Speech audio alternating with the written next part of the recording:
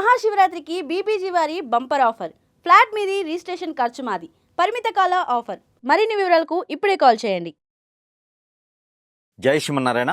నేను మీ icon astrologer Gattupalli Suresh Babu.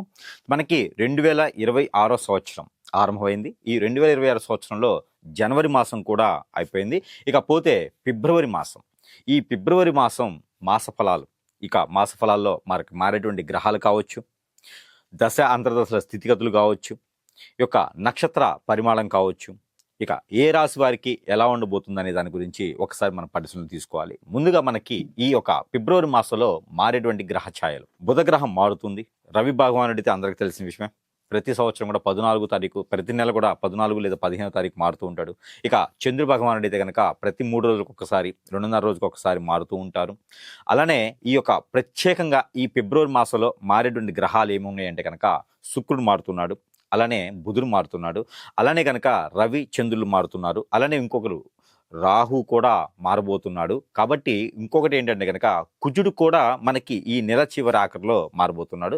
ముఖ్యంగా ఇక్కడ మనం చూసుకున్నట్టయితే కనుక ఈ మాసంలో ప్రత్యేకించి రంజాన్ మాసం నెల మొదలవబోతుంది. అలానే మనకి మహాశివరాత్రి అనే పర్వదినాలు కూడా ఇక మనకి మొదలవుతున్నాయి. కాబట్టి ఈ యొక్క పర్వదినాలందరూ కూడా ఆహ్లాదకరంగా ఆనందంగా జరుపుకుంటూ, అలానే మనకి మాస ఫలాల కింద మనం చూసినట్టయితే కనుక ఇక ద్వాదశ రాశుల వారికి ఒక్కొక్కరికి ఈ యొక్క మాసంలో ఈ ఫిబ్రవరి మాసం 2026 సంవత్సరం ఎలా ఉండబోతుంది అనేది మనం ఒకసారి పరిశీలన చేసుకున్నట్టయితే కనుక ద్వాదశ రాశుల్లో ఒకటి కుంభరాశి. ఈ కుంభరాశి వారికి మొన్న ఈ మధ్యన ఇటీవల కాలంలోనే మనకి గ్రహకూటమి అనేది ఏర్పడింది. ఈ గ్రహకూటమితో అన్ని రకాల సానుకూలపడే వాతావరణం.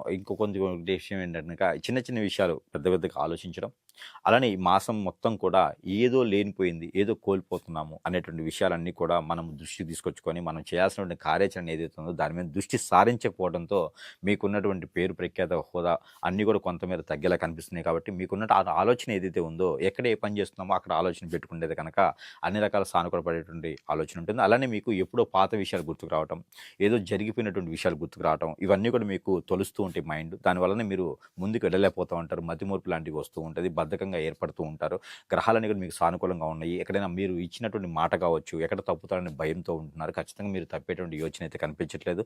మీరు ఇచ్చిన మాట నిలబెట్టుకునేలా ఉంది. ఏదో రకమైన సహాయం అయితే మీకు పొందుతారు. అది డబ్బే కావచ్చు, మాటే కావచ్చు, పర్వతే కావచ్చు, ఏదో రకమైన సహాయం మీకు ఖచ్చితంగా పొందేలా ఉంటుంది. అలానే ఇంట్లో సమస్యలు కొంచెం కొట్టుమిట్లాడుతూ ఉంటే మీకు ఆ ఇంట్లో సమస్యలు కూడా కొంతమేర తీరుతూ ఉంటే మీకు ఇంకొక సమస్య ఏంటంటే కనుక మీకు ఏదైతే గ్రహరీత్యా దోషాలు ఉన్నాయో దానే కాకుండా మీ మీద ఎక్కువ నమ్మకం ఉంటుంది. మీరు ఏదైనా చేయగలుగుతారు, మీరు ఏదైనా సాధించగలుగుతారన్న నమ్మకం ఎక్కువ మందికి ఉంటుంది. దానివల్లనే మీరు స్ట్రెస్ అవుతుంటారు.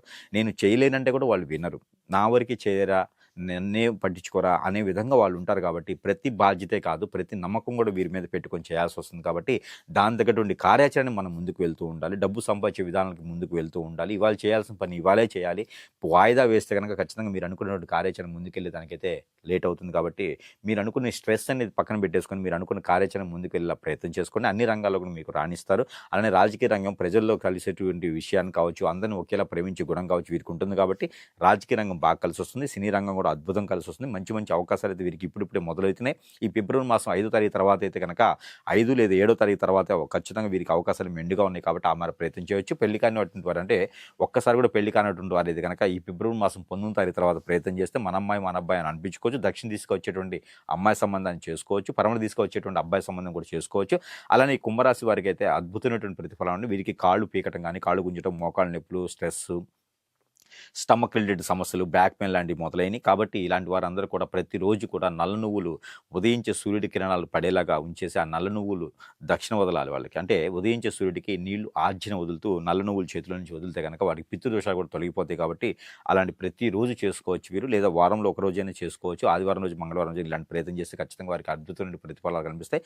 ఇక అన్ని రకాల రంగాల్లో ఉన్నటువంటి ఈ వీరు ఎవరైతే కుంభరాశి ఉన్నారో వారికి చిన్న చిన్న పరిహారాల ద్వారా అయితే అన్ని రకాలు పోతాయి. ఇంకా వీరి మీద స్ట్రెస్ కానీ, ఆరోగ్య సమస్యలు కానీ, ఆర్థిక సమస్యలు కానీ మెరుగవ్వాలంటే కనుక చిన్న చిన్న పరిహారాలు చేసుకోవాలి. దాంతోపాటు మీకు కలిసి వచ్చే రంగు కూడా black and white and green, ఈ 3 కలర్స్కి మీకు అద్భుతంగా కలిసి వస్తాయి ఈ మాసం మొత్తం కూడా. ఇక మీకు లక్కీ నెంబర్ అంటే కనుక 8 or 4 or 6, ఈ 3 నెంబర్ కూడా అద్భుతంగా కలిసి వస్తుంది. ఇక మీకు కలిసి వచ్చే దిక్కు అయితే కనుక పరమణ దిక్కు, దక్షిణ దిక్కు, ఈ 2 దిక్కులు కూడా మీకు అద్భుతంగా కలిసి వస్తాయి. అలానే కనుక మీకు వారం కూడా వచ్చే కనుక శనివారం, సోమవారం 2 వారాలు మీకు అద్భుతంగా ఉంటాయి. కాబట్టి ఇలాంటి చిన్న చిన్న పరిహారాలు చేసుకొని అదృష్టవంతులు అవ్వచ్చు. ఇంకా కావట్లేదు మీకు అంటే కనుక ఎక్కువ స్ట్రెస్ అవ్వకండి. స్ట్రెస్ అవ్వడంతో మీకు మీకు ఇంకా కూడా లేనిపోయినటువంటి రోగాలు, నొప్పులు వచ్చేటువంటి అవకాశం ఉంది. బ్లడ్ సర్క్యులేషన్ ఆగిపోతుంది కాబట్టి చిన్న పరిహారం ద్వారా కూడా చేసుకోవచ్చు. కానీ ఈ కుంభరాశి వారు ఏంటంటే గనక ఎక్కువగా ఫుడ్ ప్రికాషన్స్ కూడా తీసుకోవాలి. ఎక్కువగా హార్డ్‌గా ఉన్నయండి తీసుకుంటే గనక ఆరోగ్య సమస్యలు కూడా కొంచెం రాకుండా ఉంటాయి కాబట్టి అలాంటి ప్రయత్నాలు చేసుకోవాలి. ఈ ఫిబ్రవరి మాసంలో కలిసొచ్చే కాలం అని చెప్పుకుంటున్నారు కాబట్టి ఈ కలిసొచ్చే కాలం గ్రహదోషాలు పోయేదానికి పరిహారాలు చేసుకొని అదృష్టవంతులు అవ్వచ్చు. ఈ రాశివారు ముఖ్యంగా ఈ మాసంలో అయితే గనక ఆర్థికపరమైనటువంటి ఇబ్బందుల్లో కొట్టుమిట్లాడుతుంటారు కాబట్టి మీకు ప్రత్యేకంగా ఈ పరిహారం అయితేను ఏదైతే లక్ష్మీ గవ్వలు ఉంటాయో అవి ఒక 5 తీసుకోండి. పసుపు కొమ్ములు ఒక 2 తీసుకోండి. అలానే ఒక్కలు అంటారు పోకలు ఒక 2 తీసుకోండి. వాటితో పాటు జాజికాయలు ఒక 2, వెండినటువంటి ఖర్జూరాసు 2, ఇవన్నీ కూడా కలగలిపి తమలపాకులు ఒక 2 తీసుకోండి. ఇవన్నీ కూడా కలగలిపి ఒక పసుపు కలర్ వస్త్రంలో ముడుపు కట్టండి. దీంతో పాటు మీకు ఎక్కడైనా దొరికితే కనుక చింత ఆకు అని ఉంటుంది. చింతకాయలు ఉంటాయి కదా, దాని ఆకు లేదంటే రేగిపళ్ళ ఆకు ఇలాంటివి ఏమైనా దొరికితే కనుక మీకు లేదా రాగి ఆకైనా తీసుకోండి. ఈ మూటిలో ఏ ఆకు లభించినా తీసుకోండి. ఆకులు కూడా ఒక 2 దాంట్లో వేసేసి ముడుపు కట్టండి. ఈ ముడుపు 2 రోజుల పాటు మీ ఇంట్లో పెట్టేసి ఇది ఏ వారమైనా మొదలు పెట్టొచ్చు. 2 రోజుల పాటు మీ ఇంట్లో పెట్టేసి దానికి మీ ఆలయంలో అంటే మీ గర్భగుడిలో ఉన్నటువంటి అంటే మీ ఇంట్లో ఉన్నటువంటి దేవుళ్ళకి ద్వైప నైవేద్యం చేస్తారు కదా దేవుని మందిరంలో, అలానే వీటికి కూడా ఆ దేవుని మందిరంలో పెట్టేసి 2 రోజుల పాటు నిద్ర చేయించి ద్వైప నైవేద్యం పెట్టండి. ఆ పెట్టినటువంటి నైవేద్యం ఇంట్లో అందరూ తినొచ్చు ప్రసాదం కింద. అలానే ఆ ముడుపు తీసుకొని వెళ్ళేసి ఎక్కడైనా లక్ష్మీ నరసింహస్వామి వారి ఆలయంలో కానీ లేదా వినాయక స్వామి వారి ఆలయంలో కానీ లేదంటే కనుక మీకు సమీప దూరంలో ఎక్కడైనా అమ్మవారి ఆలయం ఉంటే అక్కడ కూడా సమర్పించండి. మీకు ఏదైతే ఆర్థికపరమైనటువంటి ఇబ్బందులు ఉన్నాయో అవి ఖచ్చితంగా తొలగిపోయేలా ఉంటుంది. ఈ ఫిబ్రవరి మాసంలోనే మీరు ఈ పని చేయాలి. ఇంకా పర్టికులర్గా వారం కూడా కావాలి అంటే శుక్రవారం రోజు కట్టేసి ఆదివారం రోజున మీరు ఆలయంలో కట్టొచ్చు. శుక్రవారం రోజు ముడుపు కట్టండి, ఆలయంలో ఆదివారం రోజు కట్టండి. దీంతో పాటు మరొక రెమెడీ కూడా మీకోసం, మీకు నరదిష్టి నరఘోష ఉండి ఏ పని చేస్తున్నా ముందుకెళ్ళట్లేదు, స్ట్రెస్ అవుతున్నారు అంటే కనుక మీరు ఒక చిన్న పరిహారం చెప్తాను, అది చేసుకుంటే బెటర్గా ఉంటుంది. అవి ఏంటంటే కనుక నల్ల నువ్వులు ఒక 20 గ్రాములు, నల్ల మిరియాలు ఒక 20 గ్రాములు, అలానే నల్ల మినుములు ఒక 20 గ్రాములు, ఈ 3తో పాటు ఇక తెల్ల ఆవాలు ఒక 20 గ్రాములు తీసుకోండి. అలానే మీకు కర్పూరం బిళ్ళలు ఉంటాయి. ఈ కర్పూరం బిళ్ళలు కూడా మనం హారతిచ్చే కర్పూరం బిళ్ళలు ఒక 4 తీసుకోండి.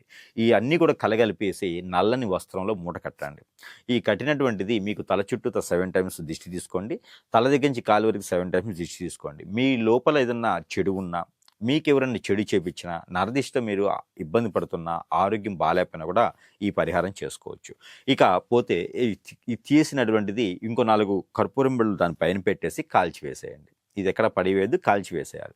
ఈ పరిహారంతో పాటు చేసుకోవాలి. దాంతోపాటు మరొకటి ఏంటంటే కనుక ఏకాదశి రోజు కానీ లేదా చతుర్దశి రోజు కానీ ఈ 2 రోజులు అయినా సరే మీరు ప్రయత్నం చేయండి. ఈ 2 రోజులు మీకు మర్చిపోయారంటే కనుక గురువారం రోజు ఉదయం సమయంలో చేయండి. నువ్వుల నూనె, మస్టర్డ్ ఆయిల్, అలానే ఆముదము, కోకోనట్ ఆయిల్, ఈ 4 ఆయిల్లు మిశ్రమం తీసుకొని మీ బాడీకి తల దగ్గర నుంచి కాలు వరకు కూడా మర్దన చేయండి. దీంతోపాటు మీకు నలుగు అంటారు. నలుగు అంటే మనకి బాత్ పౌడర్ దొరుకుతూ ఉంటుంది. మినుములు, బియ్యంతో చేసినటువంటి కందిపప్పుతో వాటితో చేసినటువంటి బాత్ పౌడర్, దీంతో నలుగు పెట్టించుకొని కనుక మీరు స్నానం ఆచరించాలి. ఉదయించే సూర్యకిరణాలు నీటిలో పడాలి. ఆ నీరు వేడెక్కిన తర్వాత మీరు స్నానం చేయాలి. ఇలా చేయడం ద్వారా మీ మీద ఉన్నటువంటి శనిగ్రహ దోషాలు, నవగ్రహ దోషాలు, అలానే మీకు ఏదైనా చెడు దోషాలు ఉన్నా కూడా అవి పటాపంచలేకపోతే అన్ని రకాల సానుకూల వాతావరణం లభ్యపడుతుంది. విదేశాలకు వెళ్ళే వాళ్ళకి ఇది ఖచ్చితంగా పనిచేస్తుంది. కాబట్టి ఆరోగ్య సమస్యలు ఉన్నా కూడా ఇలాంటి పరిహారం చేసుకోండి. ఇక చివరిగా మీకు వచ్చేసరికి మీకు ఎక్కడైనా వీధి కుక్కలు ఉంటాయి. వీధి కుక్కలకి సాయం సమయంలో గోధుమ రొట్టెలు ఒక 2 తినిపియండి. ఏదైనా కోరిక ఉంటే కూడా ఖచ్చితంగా తీరుతుంది. పెళ్లి కానటువంటి వారు ఎవరైనా ఉంటే కనుక మీరందరూ కూడా వినాయక స్వామి వారి ఆలయంలో కనుక గరికా బెల్లం సమర్పించి, ఏది ఈ రాశి వారి పెళ్లి కాని వారు ఉంటే గరికా బెల్లం సమర్పించండి. ఏదైనా బుధవారం లేదా గురువారం రోజున ఉదయం సమయంలో సమర్పిస్తే కనుక ఆ గరికా బెల్లం సమర్పించి 21 సారి గుంజిళ్ళు తీయండి. మీకు అవకాశం ఉంటే, మీకు ఆరోగ్యం సహకరిస్తేనే చేయండి. ఇలా చేస్తే మీకు అనూహ్యంగా పెళ్లి సంబంధాలు కుదిరితే, ఒక్కసారి కూడా పెళ్లి కాని వారికి అనూహ్యంగా పెళ్లి సంబంధాలు కుదిరితే పెళ్లి కూడా అన్ఎక్స్పెక్ట్గా అవుతుంది. కాబట్టి ఇలాంటి పరిహారాలు చేసుకొని అదృష్టవంతులు అవ్వాల్సిందిగా కోరుకుంటున్నాను. జై శ్రీమన్నారాయణ.